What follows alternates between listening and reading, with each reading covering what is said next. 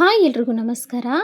ಇವತ್ತೊಂದು ಸಕ್ಕ ಟೇಸ್ಟಿಯಾದ ಸಿಂಪಲ್ಲಾಗಿ ಬಾದಾಮ್ ice cream ಮನೇಲೆ ಹೇಗೆ ಮಾಡೋದು ಅಂತ ಹೇಳ್ಬಿಟ್ಟು ನೋಡೋಣ ಬನ್ನಿ. ಇನ್ನೇನು ಬಿಸಿಲುಗಾಲ ಬಂದೇ ಬಿಡ್ತು, ತುಂಬಾ ಬಿಸಿಲು. ಈ ಬಿಸಿಲಿಗೆ ತಣ್ಣಗೆ ಐಸ್ ಕ್ರೀಮೇ ಜಾಸ್ತಿ ತಿನ್ನಬೇಕು ಅಂತ ಅನ್ನಿಸ್ತಾ ಇರುತ್ತೆ. ಸಿಂಪಲ್ಲಾಗಿ ಬಾದಾಮ್ ಐಸ್ ಹೇಗೆ ಮಾಡೋದು ಅಂತ ಹೇಳ್ಬಿಟ್ಟು ನೋಡೋಣ ಬನ್ನಿ. ಅದಕ್ಕೆ ಬೇಕಾಗಿರೋದು ಅರ್ಧ ಲೀಟ್ರಷ್ಟು ನಾನು ಹಾಲು ತೊಗೊಂಡಿದ್ದೀನಿ. ಗಟ್ಟಿ ಹಾಲೇ ತೊಗೊಬೇಕು, ನೀರು ಮಿಕ್ಸ್ ಮಾಡ್ಕೊಬಾರ್ದು. ಗಟ್ಟಿ ಹಾಲು ತಗೊಂಡು 2 ಸ್ಪೂನಷ್ಟು ಕಸ್ಟರ್ಡ್ ಪೌಡ್ರ್ ತೊಗೊಂಡಿದ್ದೀನಿ, ಸಕ್ಕರೆ, ಅದಾಗಿದ್ಮೇಲೆ ಒಂದು ಸ್ವಲ್ಪ ಏಲಕ್ಕಿ ಪೌಡ್ರು, ಬಾದಾಮು ಒಂದು ಸ್ವಲ್ಪ ನಾನು ಚೆನ್ನಾಗೆ ಪುಡಿ ಮಾಡಿ ಇಟ್ಕೊಂಡಿದ್ದೀನಿ. ಬಾದಾಮ್ ಪೌಡ್ರು, ಕಸ್ಟರ್ಡ್ ಪೌಡ್ರು ಬೇಡ ಅಂದರೆ ಕಾರ್ನ್ಫ್ಲವರ್ನೂ ತೊಗೊಬೋದು, ಆಪ್ಷನು. ಕಾರ್ನ್ಫ್ಲವರ್ ಆದರೂ ಹಾಕೊಬೋದು, ಇಲ್ಲ ಕಸ್ಟರ್ಡ್ ಪೌಡ್ರ್ ಆದರೂ ಹಾಕೊಬೋದು. ನಾನು ಕಸ್ಟರ್ಡ್ ಪೌಡ್ರು ಸೇರಿಸ್ಕೊತಾ ಇದ್ದೀನಿ. ಬಾದಾಮ್ ಪೌಡ್ರು ಆಮೇಲೆ ಕಸ್ಟರ್ಡ್ ಪೌಡ್ರು 2 ಹಾಕ್ಕೊಂಬಿಟ್ಟು ಒಂದು ಸ್ವಲ್ಪ ಹಾಲು ಹಾಕಿ ಚೆನ್ನಾಗಿ ಮಿಕ್ಸ್ ಮಾಡ್ಕೊತಾ ಇದ್ದೀನಿ. ಹಾಲು ಬಿಸಿ ಇರಬಾರ್ದು, ತಣ್ಣಗಿರುವಂಥ ಸ್ವಲ್ಪ ಉಗುರು ಬೆಚ್ಚಗಿರುತ್ತೆ ಅಲ್ವ, ಹಾಲನ್ನು ಸೇರಿಸ್ಕೊಂಡು ಚೆನ್ನಾಗಿ ಗಂಟಿಲ್ದ ಹಾಗೆ ಚೆನ್ನಾಗಿ ಮಿಕ್ಸ್ ಮಾಡ್ಕೊಬೇಕು. ಸ್ವಲ್ಪನೂ ಗಂಟು ಇರಬಾರ್ದು. ಗಂಟಿತ್ತಂದರೆ ಹಾಲೊಟ್ಟಿಗೆ ಹಾಕಿದಾಗ ಇನ್ನೂ ಜಾಸ್ತಿ ಗಂಟಾಗ್ಬಿಡುತ್ತೆ. ಗಂಟಿಲ್ದಂಗೆ ನೀಟಾಗಿ ಮಿಕ್ಸ್ ಮಾಡ್ಕೊಬೇಕು. ತುಂಬಾ ಈಸಿ, ತುಂಬಾ ಚೆನ್ನಾಗಿರುತ್ತೆ. ಶಾಪಲ್ಲಿ ಯಾವ ಥರ ಇರುತ್ತೋ ಅದೇ ಥರ ಟೇಸ್ಟ್ ತುಂಬಾ ಚೆನ್ನಾಗಿರುತ್ತೆ. ಇವಾಗ ಹಾಲು ಬಿಸಿಯಾಗಿದೆ. ಹಾಲು ಬಿಸಿಯಾಗಿದ್ಮೇಲೆ ನಾವು ಕಲಸಿಟ್ಕೊಂಡಿರುವಂಥ ಬಾದಾಮ್ ಪೌಡ್ರು, ಕಸ್ಟರ್ಡ್ ಪೌಡ್ರು 2 ಹಾಕ್ಬಿಟ್ಟು ಚೆನ್ನಾಗಿ ಮಿಕ್ಸ್ ಮಾಡಬೇಕು. ಕಸ್ಟರ್ಡ್ ಪೌಡ್ರು ಬದಲು ನೀವು ಕಾರ್ನ್ಫ್ಲವರ್ ಆದ್ರೂ ಹಾಕ್ಬೋದು, ಇಲ್ಲ 2 ಸ್ಪೂನ್ ಮೈದಾ ಹಿಟ್ಟನ್ನು ಹಾಕ್ಬೋದು, ಚೆನ್ನಾಗಿರುತ್ತೆ. ಅದೇನು ತಿಕ್ನೆಸ್ಗೋಸ್ಕರ ಗಟ್ಟಿ ಆಗಬೇಕಲ್ವ, ಹಾಗಾಗಿ ಇವಾಗ ನೋಡಿ ಚೆನ್ನಾಗಿ ಹಾಕಿದ್ಮೇಲೆ ಕೈ ಬಿಡದ ಹಾಗೆ ಚೆನ್ನಾಗಿ ಮಿಕ್ಸ್ ಮಾಡ್ತಾನೆ ಇರಬೇಕು.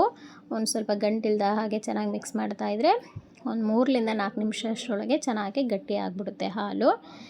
ಇವಾಗ ನೋಡಿ ಈ ಥರ ಆಗಿದೆ. ಇದಾಗಿದ್ಮೇಲೆ ನಮಗೆ ಸಕ್ಕರೆ ಎಷ್ಟು ಬೇಕೋ ಸ್ವೀಟ್ನೆಸ್ಗೆ, ನಿಮಗೆ ಜಾಸ್ತಿ ಏನಾದರೂ ಸ್ವೀಟಾಗಿ ಬೇಕು ಅಂದರೆ ಒಂದು ಸ್ವಲ್ಪ ಜಾಸ್ತಿನೇ ಸಕ್ಕರೆ ಹಾಕ್ಕೊಳ್ಳಿ, ಇಲ್ಲಾಂದರೆ ಮೀಡಿಯಮಾಗಿ ಸಕ್ಕರೆ ಹಾಕ್ಕೊಳ್ಳಿ. ಇವಾಗ ನಾನು ಈ ಸ್ಪೂನಲ್ಲಿ 4 ಸ್ಪೂನಷ್ಟು ಸಕ್ಕರೆ ಸೇರಿಸ್ಕೊತಾ ಇದ್ದೀನಿ. ಸಕ್ಕರೆ ಹಾಕಿಬಿಟ್ಟು ಮತ್ತೆ ಒಂದು ಸ್ವಲ್ಪ ಸಕ್ಕರೆ ಕರಗೋವರೆಗೂ ಚೆನ್ನಾಗಿ ಮಿಕ್ಸ್ ಮಾಡ್ಕೊಬೇಕು. ಮಕ್ಕಳಿಗಂತೂ ತುಂಬಾ ಇಷ್ಟ ಆಗುತ್ತೆ. ಈ ಬಾದಾಮ್ ಐಸ್ ಕ್ರೀಮ್ ಅಂತೂ ತುಂಬಾ ಟೇಸ್ಟಿಯಾಗಿ ಬರುತ್ತೆ. ಒಮ್ಮೆ ಟ್ರೈ ಮಾಡಿ, ಖಂಡಿತವಾಗೂ ನಿಮ್ಮ ಮನೇಲೂ ಮಕ್ಕಳಿಗಂತೂ ತುಂಬಾ ಇಷ್ಟ ಆಗುತ್ತೆ. ಇವಾಗ ಚೆನ್ನಾಗಿ ಸಕ್ಕರೆ ಎಲ್ಲ ಕರಗಾಗಿದ್ಮೇಲೆ ಏಲಕ್ಕಿ ಪೌಡ್ರನ್ನು ನಾನು ಸೇರಿಸ್ಕೊತಾ ಇದ್ದೀನಿ. ಏಲಕ್ಕಿ ಪೌಡ್ರ್ ಹಾಕೋದ್ರಿಂದ ಚೆನ್ನಾಗಿ ಫ್ಲೇವರ್ ಬರುತ್ತೆ, ಹಾಗಾಗಿ ಬಾದಾಮ್ ನಾನು ಪೌಡ್ರ್ ಮಾಡಿ ಇಟ್ಕೊಂಡಿದ್ವಲ್ವ ಅದನ್ನು ಸೇರಿಸ್ತಾ ಇದ್ದೀನಿ. ಒಂದ್ಸರಿ ನೀಟಾಗಿ ಮಿಕ್ಸ್ ಮಾಡ್ಕೊಬೇಕು. ಹಾಕಿದ್ಮೇಲೆ ಇವಾಗ ನೋಡಿ ಇದು ಫುಲ್ಲು ಎಲ್ಲನೂ ತಣ್ಣಗಾಗಬೇಕು, ಫುಲ್ ಕಂಪ್ಲೀಟಾಗಿ ತಣ್ಣಗಾಗಬೇಕು. ಸ್ವಲ್ಪನೂ ಬಿಸಿ ಇರಬಾರ್ದು. ಫುಲ್ ತಣ್ಣಗಾಗಿದ್ಮೇಲೆ ಒಂದು ಮಿಕ್ಸಿ ಜಾರ್ ತೊಗೊಂಡು ಮಿಕ್ಸಿ ಜಾರ್ಗೆ ಸ್ವಲ್ಪನೇ ಹಾಕಿಬಿಟ್ಟು ಚೆನ್ನಾಗಿ ಆಫ್ ಆನ್ ಅಂತೇಳಿ ಮಾಡಬೇಕು. ಅದೊಂದು ಸ್ವಲ್ಪ ನೊರೆ ಹಾಗೆ ಬರಬೇಕು. ತುಂಬ ಹಾಕ್ಕೊಬೇಡಿ, ತುಂಬ ಹಾಕ್ಕೊಂಡ್ರೆ ಸಿಡಿದ್ಬಿಡುತ್ತೆ. ನಾನು ಹಾಕಬೇಕಾದ್ರೆ ಸಿಡಿದೋಗ್ಬಿಡುತ್ತು. ಸ್ವಲ್ಪನೇ ಹಾಕಿಬಿಟ್ಟು ಫುಲ್ ಎಲ್ಲ ನೊರೆ ಬಂದಿರುತ್ತೆ ಅಲ್ವ, ಈ ಥರ ಒಂದು ಪಾತ್ರೆದೊಳಗೆ ಹಾಕಿಬಿಟ್ಟು ಮುಚ್ಚಿಟ್ರೆ ಆಯಿತು. ತುಂಬಾ ಈಸಿಯಾಗಿ ಬಾದಾಮ್ ಐಸ್ ಕ್ರೀಮ್ ಮಾಡ್ಕೊಂಬಿಡ್ಬೋದು. ಟೇಸ್ಟ್ ಅಷ್ಟೇ ತುಂಬಾ ಚೆನ್ನಾಗಿ ಬಂದಿತ್ತು. ನೋಡಿ ಎಷ್ಟು ಕ್ರೀಮಿಯಾಗಿ ತುಂಬಾ ಚೆನ್ನಾಗಿ ಬಂದಿತ್ತು. ಟೇಸ್ಟು ಅಷ್ಟೇ ತುಂಬಾ ಸಖತ್ತಾಗಿತ್ತು. ಒಮ್ಮೆ ನೀವು ಮಾಡ್ಕೊಳ್ಳಿ, ನಿಮ್ಮ ಮನೇಲೂ ಮಕ್ಕಳಿಗೆಲ್ಲ ತುಂಬಾ ಇಷ್ಟ ಆಗುತ್ತೆ. ಹಾಗೆ ಕಮೆಂಟ್ ಮಾಡೋದನ್ನು ಮರಿಬೇಡಿ, ಹೇಗೆ ಬಂತು ಅಂತೇಳ್ಬಿಟ್ಟು ಕಮೆಂಟ್ ಮಾಡಿ. ನಿಮಗೆ ಬೇರೆ ಥರ ಯಾವುದಾದ್ರೂ ಐಸ್ ಕ್ರೀಮ್ ಬೇಕು ಅಂದರೆ ಕಮೆಂಟಲ್ಲಿ ತಿಳಿಸಿ, ನಾನು ಹಾಕ್ತೀನಿ. Thanks for watching video. ಮತ್ತೊಂದು ವಿಡಿಯೋದೊಟ್ಟಿಗೆ ನಾನು ನಿಮ್ಮೊಟ್ಟಿಗೆ ಸಿಗ್ತೀನಿ.